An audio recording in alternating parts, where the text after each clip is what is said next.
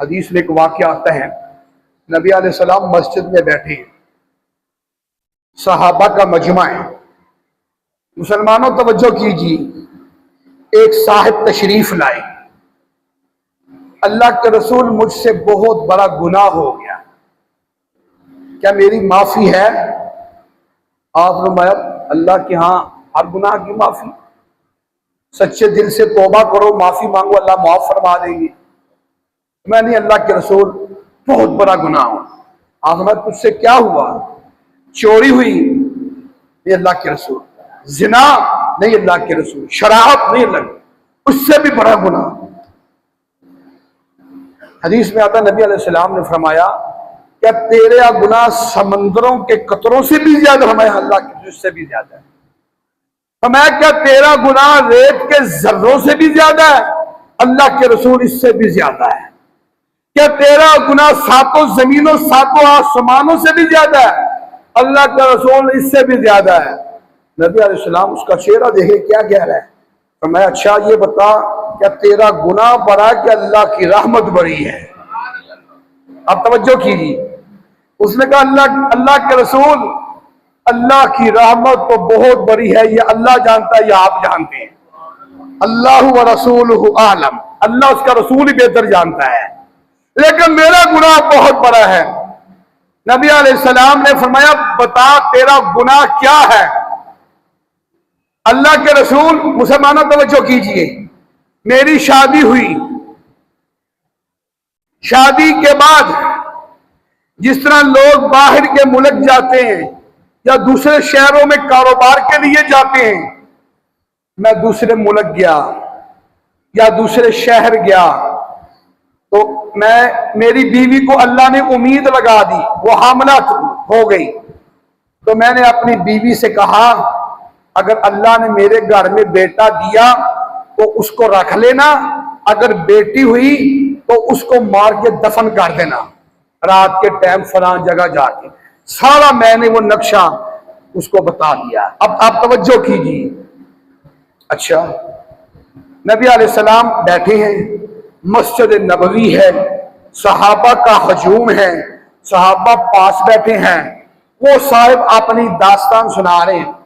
کہتے ہیں میں چند سالوں کے بعد میں جب گھر آیا تو میں نے گھر میں دیکھا ایک چھوٹی سی پیاری سی ننھی سی خوبصورت بچی میرے گھر کے اندر باہر آگے پیچھے صحن میں بھاگ رہی ہے، دوڑ رہی ہے۔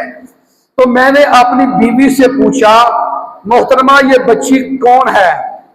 تو اس نے تو مجھے پہلے بتایا نا، پھر جب میں نے بار بار اصرار کیا، میرے اصرار پر میری بیگم نے کہا یہ آپ کی بیٹی ہے، اللہ نے آپ کے جانے کے بعد تقریباً 9 مہینے 1 سال کے بعد اللہ نے یہ بیٹی عطا کی، اور میں ماں ہوں۔ کس ماں کا کلیجہ یا جگر اجازت دیتا ہے کہ اپنے بطن سے ہی اپنے پیٹ سے بچہ جنم دے کر اپنے ہاتھوں سے اس کو درگور کرے، زندہ دفن کر دے؟ میرا حوصلہ نہیں پڑا تو میں نے اس کی خدمت کی، اس کی پرورش کی۔ اب یہ چلنے پھرنے اٹھنے بیٹھنے گھر کے چھوٹے چھوٹے کام کرنے کے قابل ہو چکی ہے۔ اب وہ کہتا ہے میرے ذہن کے اندر وہی زمانہ جاہلیت والی شرمندگی آئی، وہی باتیں آئیں۔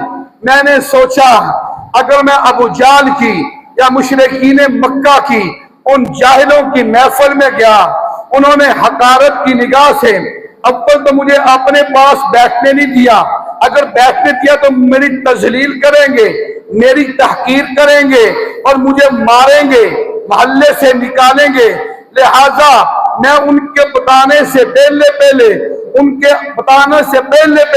میں اپنی بچی کو ٹھکانے لاتا ہوں۔ میں نے اپنی بیوی کو محسوس نہیں ہونے دیا، میں نے اپنی بیگم سے کہا بچی کو غسل کرواؤ، بچی کو نئے کپڑے پہناؤ، اس کو سرما لگاؤ، اس کو تیل لگاؤ، اس کو خوشبو لگاؤ، اس کو میں سیر کرنے کے لیے اس کے نانی اور اس کی ماموں کے گھر یا اس کو سیر و تفریح کے لیے لے کر جانا چاہتا ہوں۔ ماں نے بھی سوچا کافی عرصے بعد آیا ہے، اس نے کوئی ایسا قدم تو اٹھایا نہیں، بچی کو ڈانٹا بھی نہیں، بچی کو مارا بھی نہیں، بچی کو جناب والا دھتکارا بھی نہیں، بلکہ اپنے کہنے سے، اپنے ہاتھوں سے کہا، اپنی زبان سے کہا کہ اس کو نئے کپڑے پہنا کر اس کو میں سیر و تفریح کرواتا ہوں۔ مسلمانوں توجہ کیجئے، ذرا اپنے کلیجے پہ ہاتھ رکھیں۔ نبی علیہ السلام سے پہلے زمانے کی کیا کیفیت تھی، دنیا کا کیا دستور تھا، زمانے کی کیا حالت تھی۔ تو میں اللہ کے رسول، میں نے بیٹی کو جب تیار کر لیا، میں نے پہلے اسی گھر کے دروازے کے باہر قریب میں نے قبر کھودنے والا، مٹی توڑنے والا، پتھر توڑنے والا وہ سامان میں نے پہلے ہی باہر کے دروازے کے پاس رکھ دیا تھا۔ جب میں بیٹی کو لے کر نکلا، میں نے سامان بھی پکڑ لیا اور لے کر کے بیٹی کو چلتا گیا۔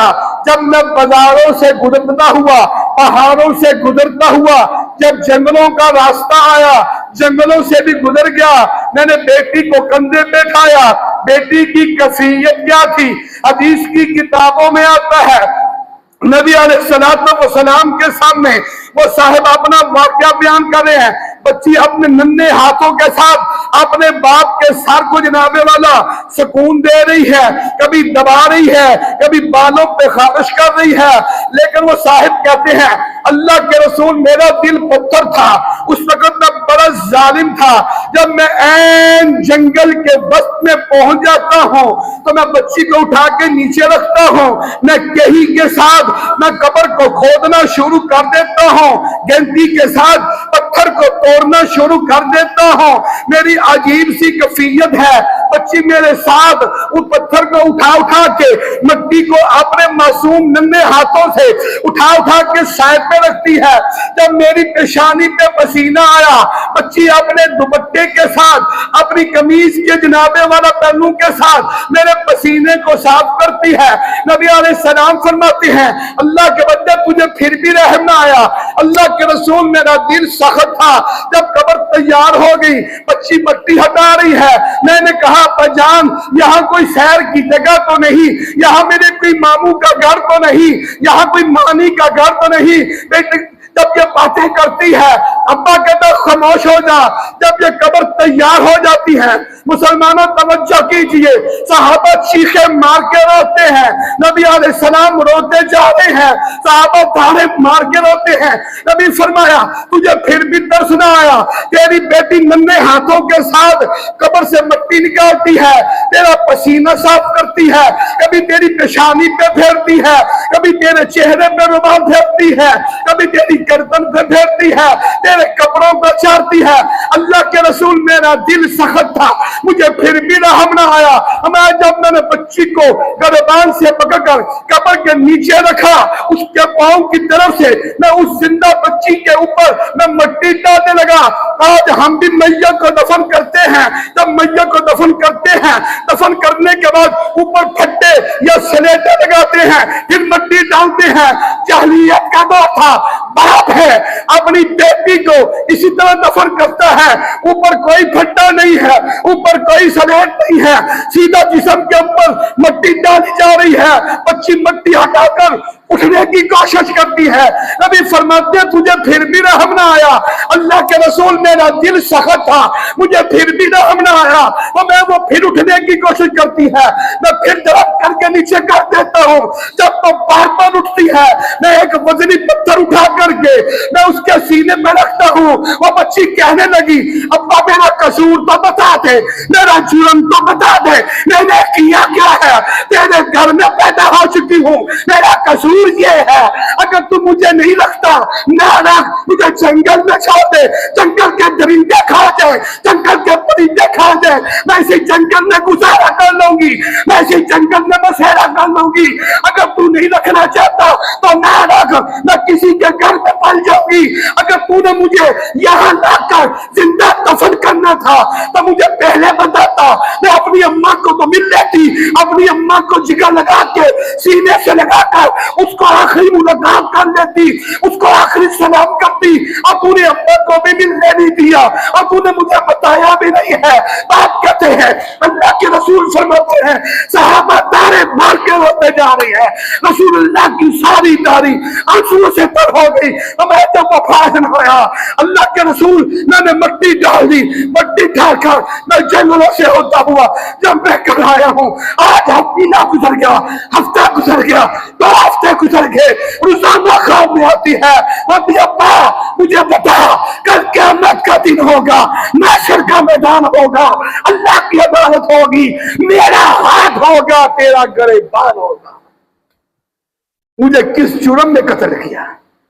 رسول اللہ صلی اللہ علیہ وسلم کی داڑھی، آپ کے صحابہ کی داڑھی رو رو کے تر ہو گئی۔ مسلمانوں، نبی علیہ السلام تو فرمایا تجھے پھر بھی رحم نہ آیا؟ اب نبی علیہ السلام نے فرمایا اللہ سے سچے دل سے معافی مانگ، جاہلیت کا دور تھا، اللہ تیرے حال پر رحم فرمائے۔